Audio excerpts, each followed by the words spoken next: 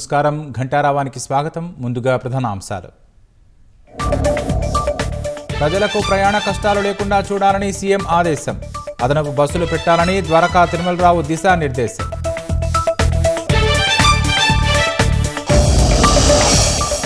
ఓర్వకల్లు పారిశ్రామిక వాడలో పవన్ కళ్యాణ్ పర్యటన. ఏరియల్ వ్యూ తర్వాత రోడ్డు మార్గంలో ప్రాజెక్టు సందర్శన.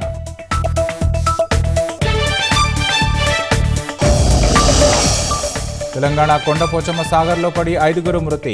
హైదరాబాద్ ముషిరాబాద్ యువకులుగా గుర్తింపు.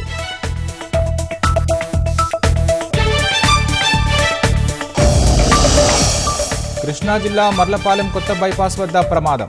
ఎదురెదురుగా వచ్చిన కారు ఢీ, 3 తీవ్ర గాయాలు.